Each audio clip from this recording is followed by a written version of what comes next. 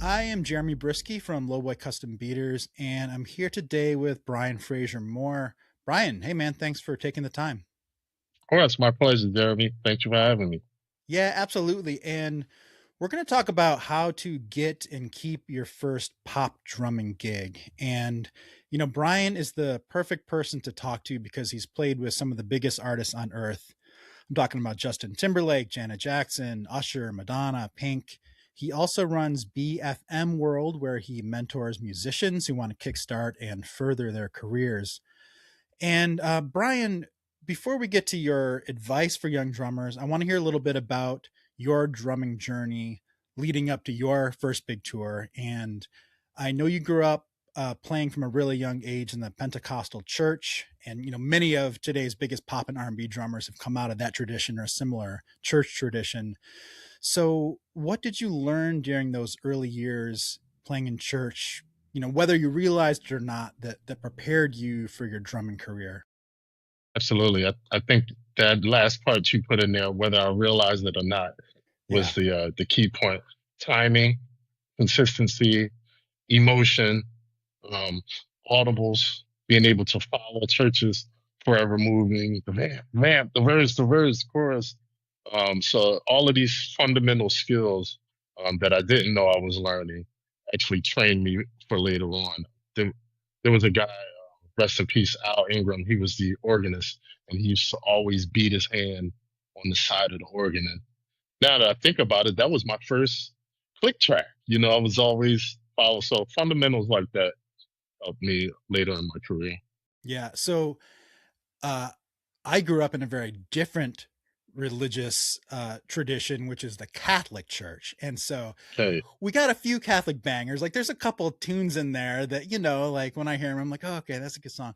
But for the most part, I feel like the music you were playing is a lot more exciting, a lot more upbeat, and just totally different. Where like, we had a very set songbook that we would play from, and the choir's singing and the Mm. organist is playing, but like there's not improv, there's not like lead vocalists in a lot of ways. So explain to me how your church experience was different as far as how like the music is set up. Absolutely. I mean, all of those are key points, what you said. Lead vocalists, a couple of lead vocalists, sometimes two and three lead vocalists, full choir, a full band, keys, guitar, sax, percussion. We had everyone that played something in the church in this community vibe. So that was really like the base of it. It was all hands on deck. We were forever trying to push the limits musically. Um, Dynamically with the choir, soft sections as the spirit would we wanted to usher the spirit in a lot during those services. So just the intricacies of emotion. Of course I was a young drummer, of course the band, you got fast songs, but also slow songs, also ballads and worship, those type of things. So it was really sometimes unpredictable, shall we say. Yeah, but it's all about learning to listen, right? I mean, that's kind of the big Abs- thing. Absolutely, 100%. Yeah, for sure. Okay, so let's take a step back and talk about some different skill sets. And like where a drummer needs to be before he or she can take that next step in their career. And so, I've got some intangibles that I want to talk about later, but let's start off like let's talk about chops. For the drummers who you work with, like how do you know in terms of skill, just like drumming skill level, that someone is ready to make serious moves in their career? I mean, that's a good question. As far as chops are concerned, I would say just the placement, of course, how clean they are with executing the chops. If I'm only talking about chops in this answer, Or just but playing. I mean, playing in general. I mean, I'm okay, using that in kind of a playing generic. Yeah. playing in general. So now this is something that's different. I tend to think of it like the basketball league, right? Okay. So you got high school basketball, you have college basketball, you have the G League, you have the B Summer Leagues, you have the professional leagues. So I want people to understand that in my experience, that those gigs transition according to the titles out. So I've had um, gigs where chops were important. The artist wanted flair. Usher wanted flair. He loves for a drummer to, as you can see, the course of drummers that he's had throughout his career. He loves a drummer that's going to give me this, give me that, right? And so that's necessary. It's needed. You have to be musical with those chops. You have to know when to execute them. You have to know all of those things. But then sometimes you might get an artist like maybe Madonna, and so then we're moving up to a different category or a different league where the chops is really not doesn't impress her as much as someone being able to emulate the essence of her record. Like, Mm. this is the spirit that we had when we were in the studio making Vogue, and this was the vibe. Can you emulate that? So then that's a whole nother characteristic. And then you have some artists that are like electronic heavy. You know, Victor Duplaix was an artist that I would play with. So it really depends. When you ask the question, do they have what it takes? I want everyone to know that there's a lot of different categories, and so there's a lot of different things that you could have to get a lot of different gigs, if that makes sense. Yeah, yeah, for sure. So, I mean, if you're working with a drummer who's 18 years old, and I guess going back to like saying, okay, this kid's got the chops, like, he or she can play. How would you teach them those other things though, right? Like saying, all right, you might get a gig where you need to emulate Omar Hakim, or like someone who played on a record. Like how do you actually learn those skills? Okay, so this is the exact reason through my consultations why I made up the video analysis program. The video analysis program is based off of this. So what happens is I have them record a live song, right? They record a live song, they play it down. We get back on Zoom together and we go section by section. Now, going section by section, this guy might have the chops. He has all the chops in the world. That's amazing. That's great. But in this section right here, what is the music doing? Oh, let me listen. Let me take a listen. The music is doing that. Okay, so what is your best presentation in this section? Is it the chops? What's happening in the groove? What is the arrangement doing? What are the other band members playing? Like, we really break it down to broaden their aspect other than just chops, because there's a lot of different aspects to playing a song other than chops. So that's one of the main ways. I don't like to take away their excitement for chops. I'm not trying to say don't play chops. I'm just trying to say, are you executing it in the best way, in the best places possible? Yeah. And then, I mean, if someone doesn't have a mentor like you, is there a way that they can sort of self-analyze their playing? You know, It's you tough, have right? to think. It's tough. When I think that when I was younger, honestly, I wasn't really trying to hear anybody. I wasn't trying to hear anybody tell me to analyze anything. I wasn't trying to analyze it myself. I just wanted to play. And when I got good at something, I felt excited about it. I felt like, oh, this is great. I've been working at this. So it's kind of hard to say that it's an individual thing. You know, some people might say, okay, I got the chops, but I see Teddy Campbell playing on a award show, and wow, that looks interesting. Or I see Omar Hakim play this song, or I see Steve Gadd play this song. It depends on the individual and their influences. Yeah, yeah, for sure.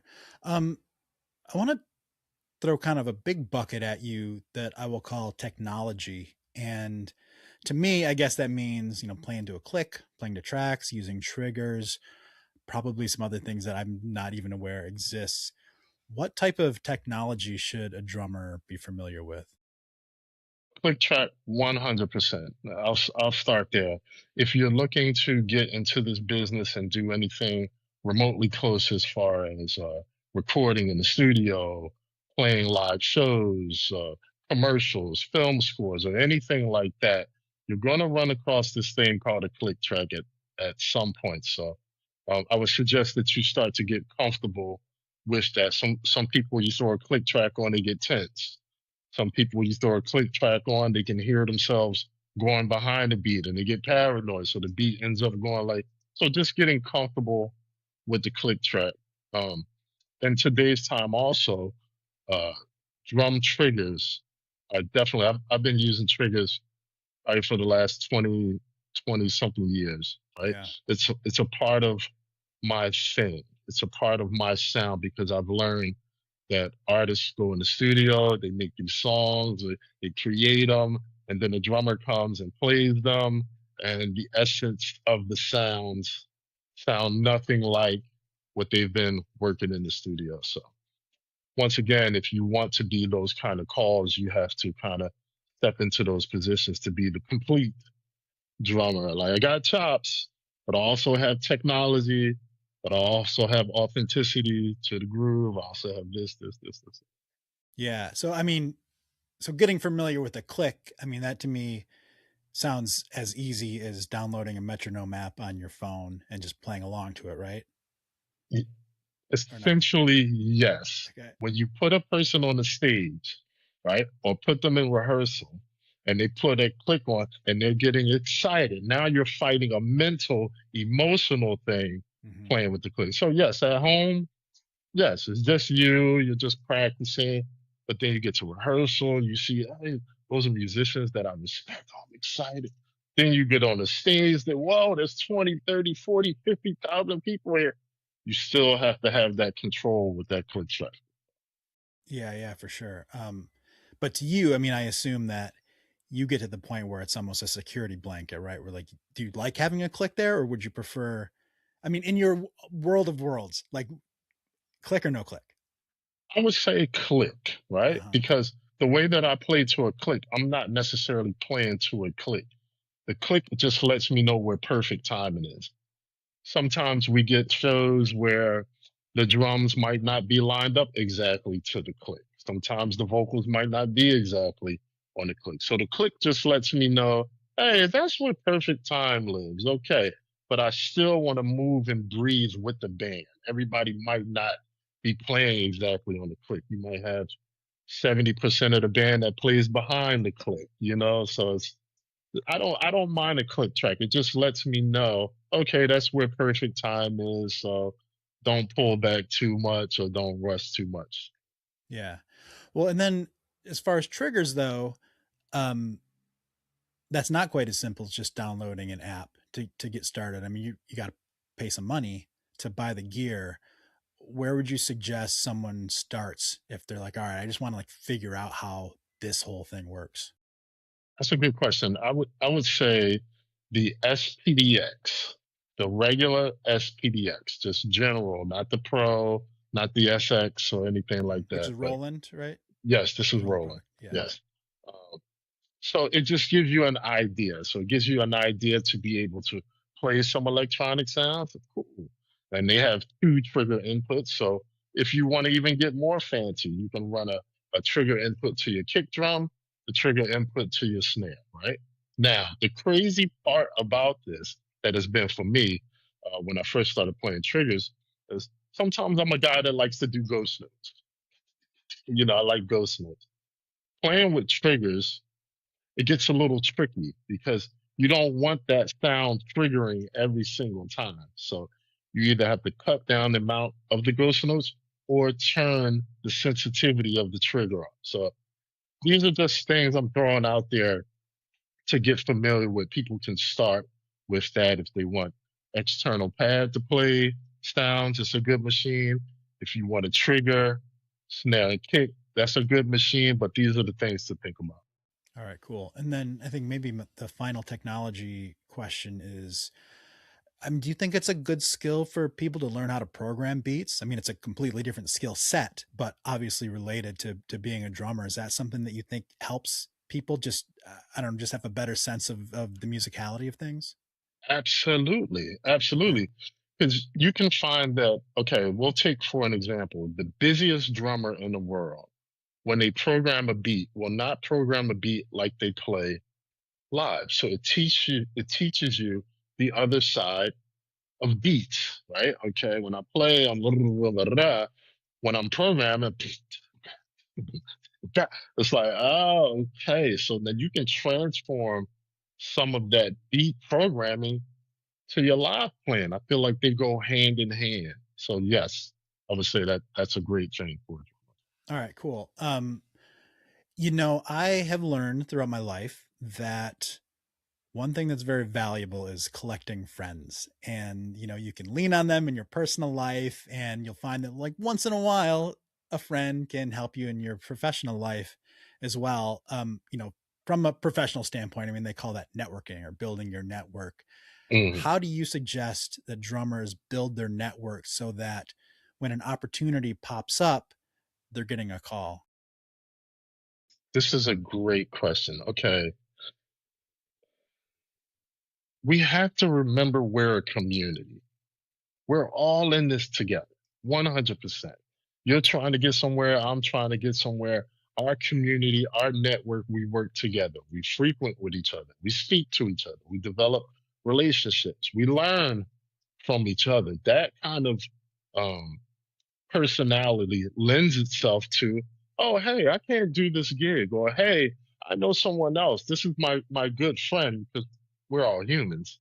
Still, you can't be a jerk to me and expect me to refer you for something. But also your skill level, we're learning together. You know where that person is. So I would say the biggest thing is to really build a community network um, with your fellow drummers, with your fellow musicians, constantly showing them your growth, constantly showing them things that you're working on, letting them hear so they have knowledge and belief that they can put you on something. But how do you find those people? I mean, is it local musicians or online? I mean, where do you think you would go and be like, I need to meet some drummer. I need to meet some musicians. Like, where do you go to do that?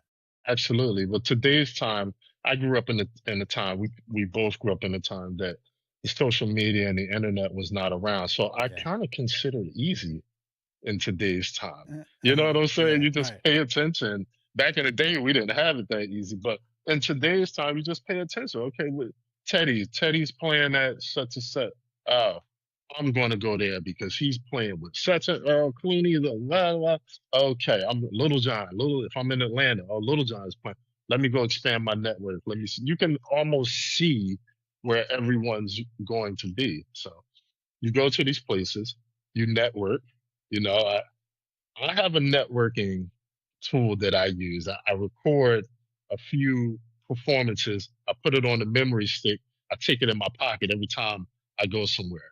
So that if I'm networking with someone, hey, I don't have to talk them to death when I'm out. You still being a human, Yeah. understanding and respect people's time.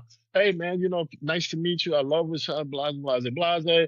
Yo, here's my memory stick. I got my information on it, man. Check it out when you get home. Let me know. My email's on it. Let me know what you think.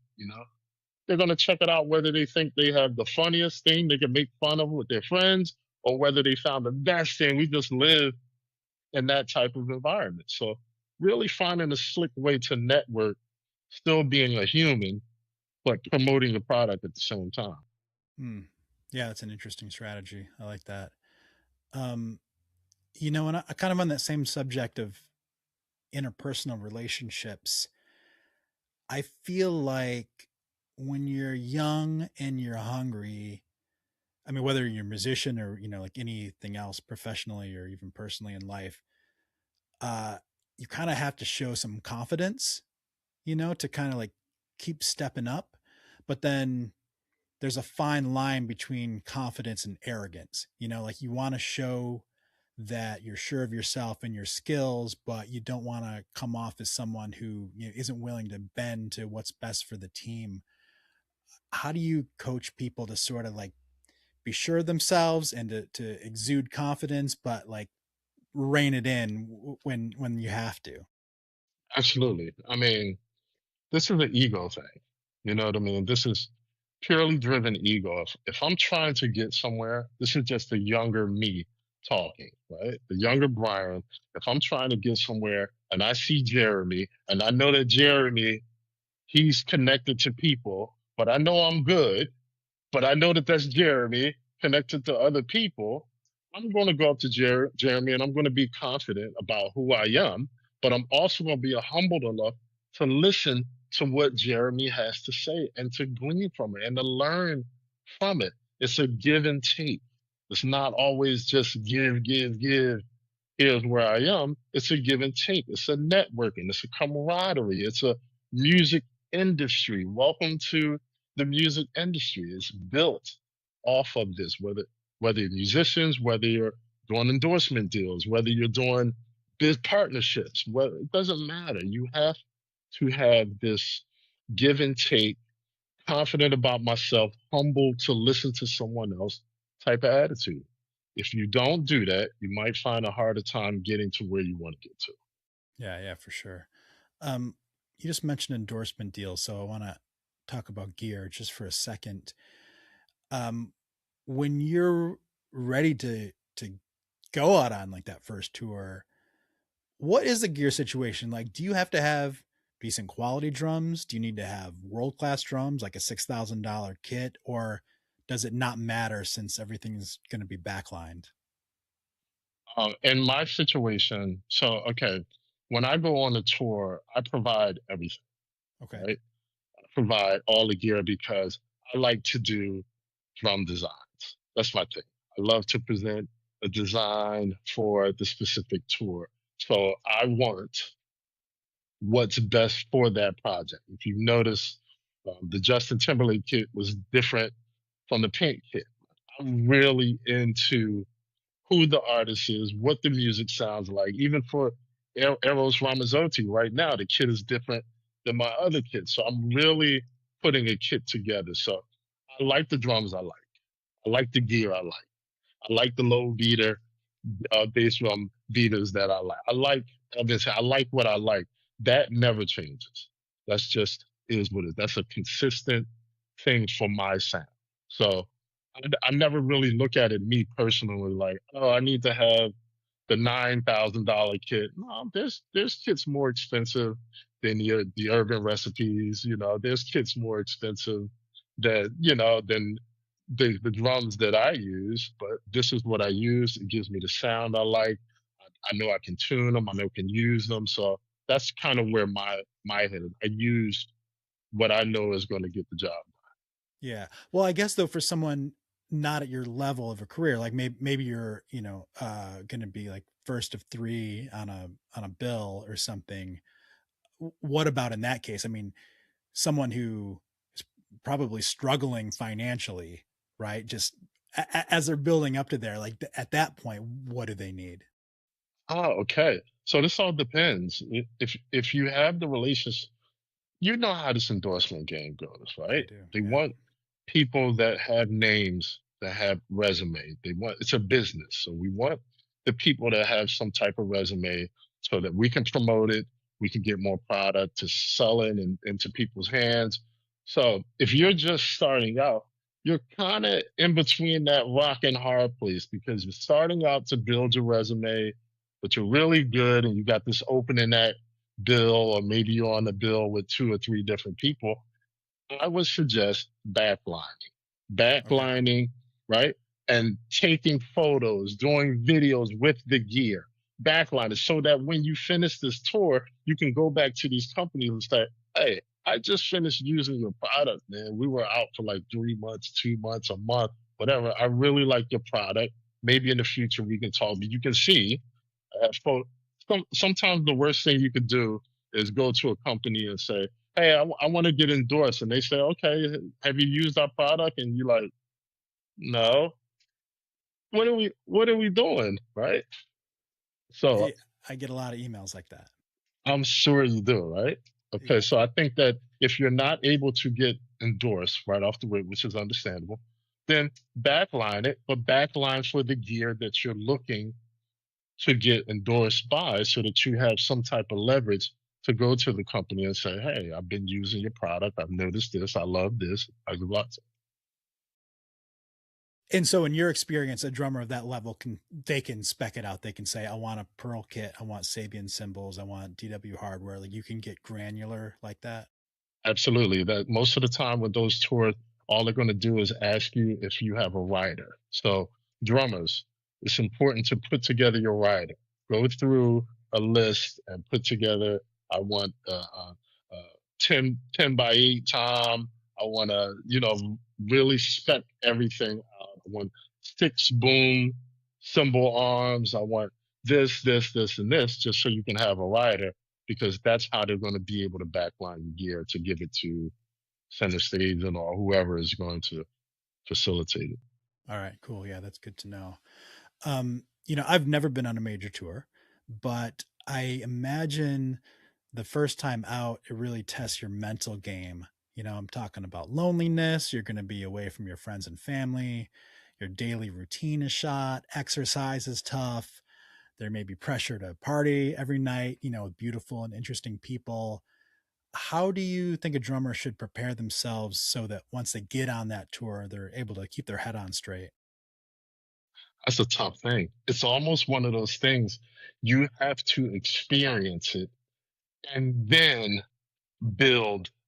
Because this is the dream. This is what everyone dreams. I want to go on the road. I want to tour. I want to be in the spotlight with the artists. I want to go to the parties. I want to. You have to let people experience that. It's something to experience.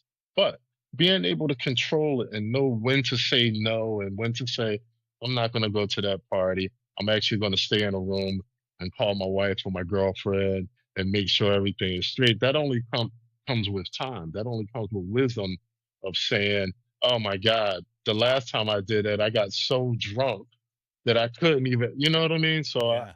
I feel like if you're approaching it for the first time, enjoy. Enjoy it as much as you can. But all I can say is just be careful. Just be careful that you are still at work when you're at the parties. You're still at work on your off days and you're running around the city. You're still at work and you still have a reputation to uphold. So just be careful, enjoy, but you'll figure out what to do through trials and tribulations. Yeah, and then what about routine? I mean, let's say you've got that part figured out, right? Like you're like, okay, man, I'm taking this seriously. I'll Yeah, have a, I'll have a beer after we're done, but like I got to be cool about it. A lot of people in their lives need routine, right? Like I need routine. Um, have you found that after you've kind of been on the road a while, like you're able to sort of have a different routine that keeps you on the straight and narrow? Like, you get up, whether you're on a bus or in a hotel, and you can kind of like do sort of the same things every day and feel normal. Does that work? absolutely. Absolutely. This is my world. You know, it all depends, of course. If you're leaving after the show and you have to drive through the night, right? Okay. I want to get up in the morning. I want to call my wife. Hey, good morning. Well, how are you? I love you, all that good stuff. And then I want to hit the gym. I want to hit the gym. I want to work out, clear my head, reset. I want to go have breakfast. After I go have breakfast, I want to come back to the room for some stretching, some meditation, maybe a few phone calls. There comes a routine that you figure out, even for show days versus off days. For off days, I want to do that same thing, but I'm going to hit the city wherever I am. I'm going to get out into the streets, enjoy the culture, looking around. Oh, look at that. I'm in Rome today. Oh, there's the fountain. I want to feel the culture. I come back. So, yes, there is definitely room for routine. But sometimes people have good routines, and sometimes people have bad routines. So, but there Yeah. are routines, room Easier for it. said than done, I'm sure. Absolutely.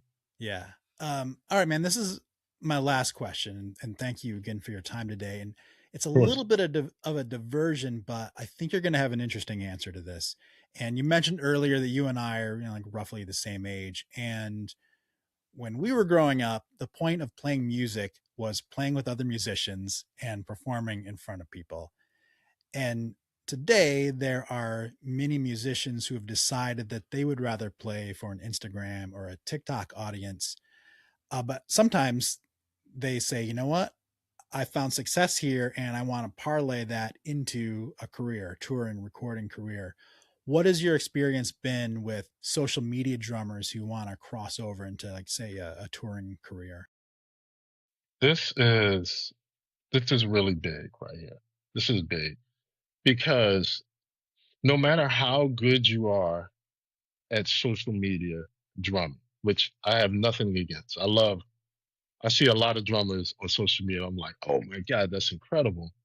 But no matter how good you are moving into a different grade. Okay, I'm a registered nurse. Okay, I'm a registered nurse. This is what I do.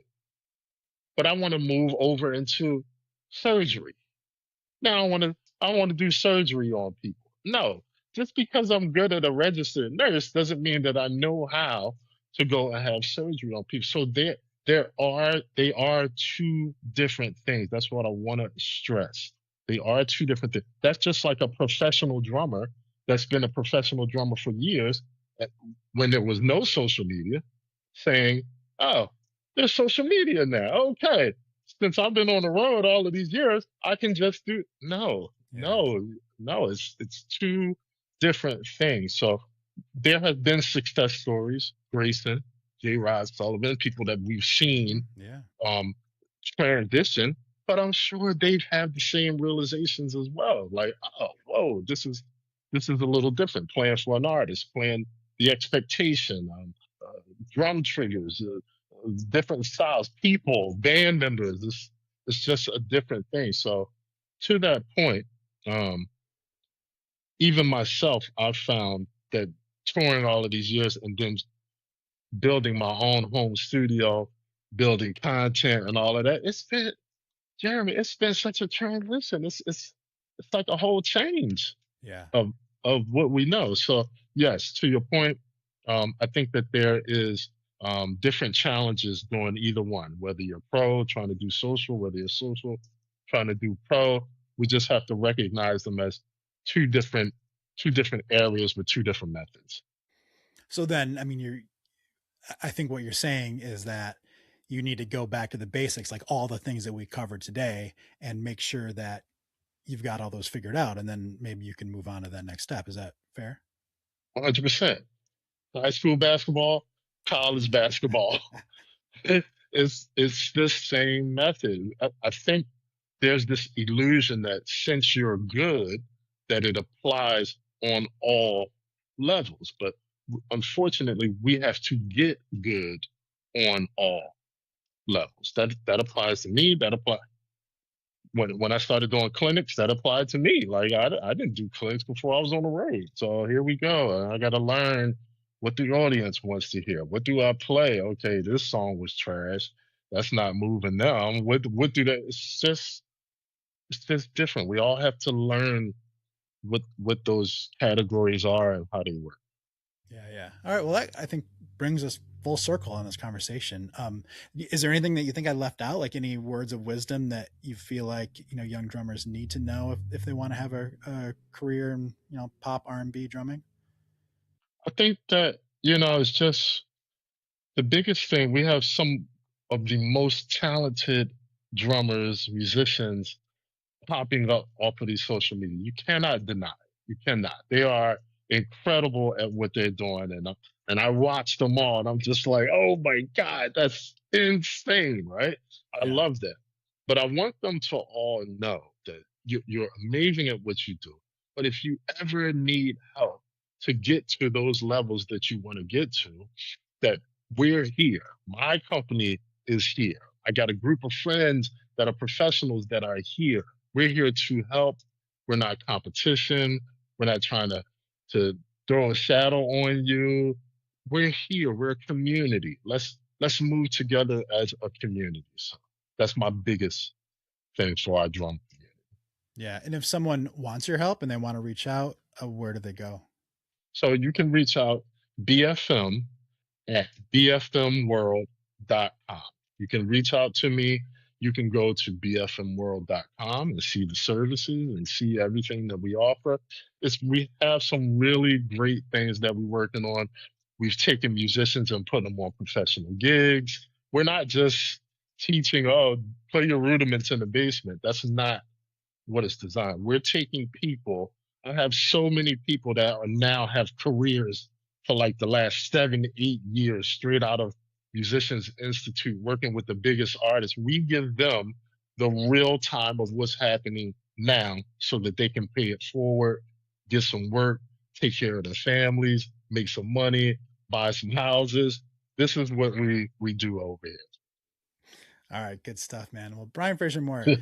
again, man, thank you for taking the time out today. It's really good to see you and good to connect. You And too. I really appreciate the advice that you're giving to the drummers out there. I mean, I'm taking a lot out of it, and I know that there's going to be thousands of people out there who this is going My to help. pleasure. My pleasure. Thank you for having me, Jeremy. You got it, man. Thanks.